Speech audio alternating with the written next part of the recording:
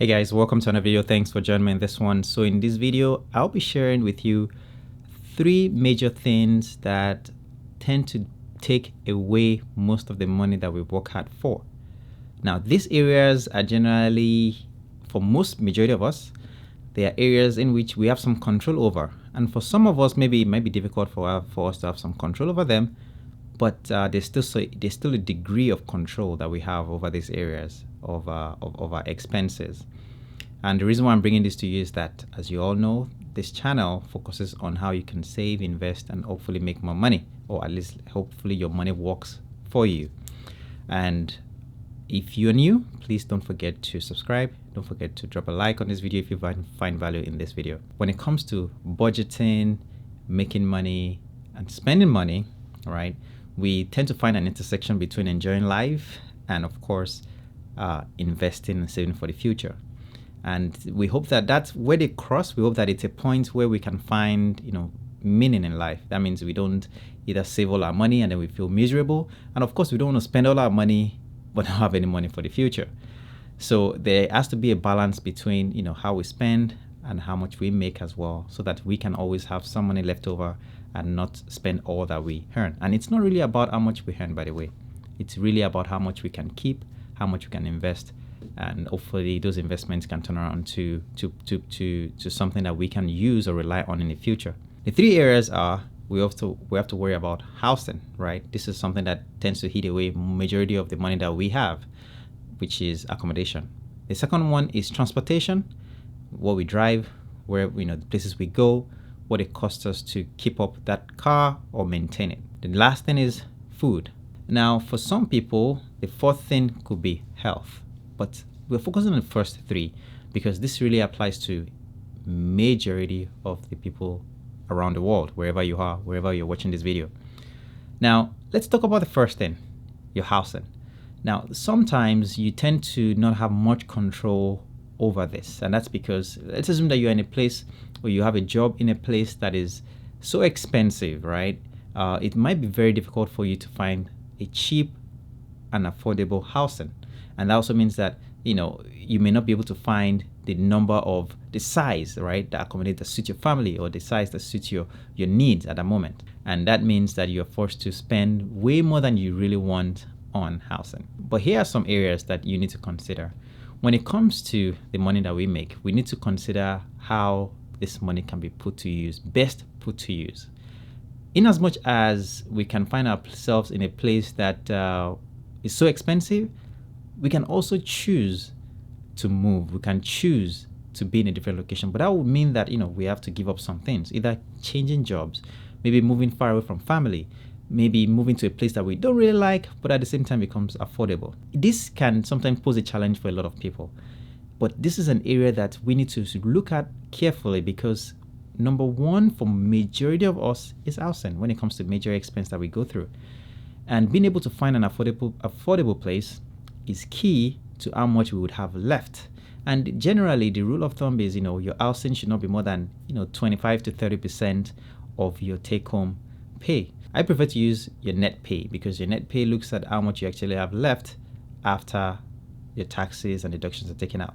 So if you can work towards not exceeding 30%, preferably 25% of your net pay, then that means that you would have a good chunk of money left over to go towards other things. The next thing is transportation. Now, this is an aspect that I believe that majority of us tend to fall short on. And, I say us because we all tend to want to buy the nicest things, the nicest car, have the most expensive car that we can afford. And when I say most expensive car that we can afford, majority of us actually, this is what we do when we want to buy a car or even a house, but let's focus on the car. What we do is we look at how much we can afford in payments. So let's say at the end of the month, we look at our budget and we say, well, we can afford to pay a $600 car payment or a $700 car payment or maybe a $1,000 car payment. Then that's what we go by, which is a very wrong approach. Very wrong in a sense that means the car you're buying could be worth, $40,000, $50,000, but then your payment on that car is like $1,000 every month. One thing is, do you really need a $50,000 car at that moment, at that time in your life? That's a question you should ask yourself. We shouldn't look at our car payment as how much you can afford monthly. We should actually look at the total cost of the car.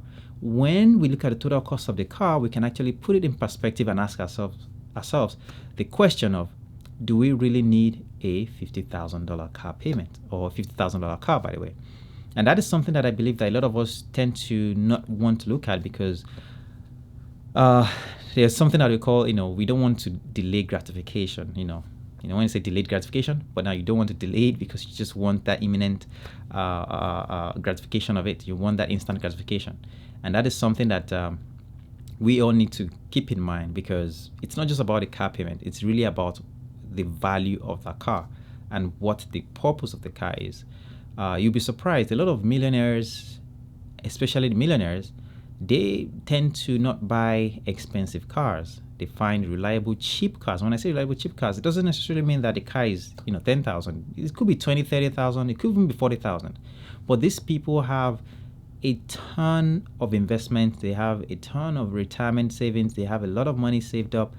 And a $50,000 car is nothing to them. But if you're someone that is maybe coming out of college, maybe you have, you're just getting started in life when it comes to work and saving money and investing, the first thing you don't want to be thinking, the first thing you want to be looking at is not a $50,000 car or $40,000 car or even a $30,000 car.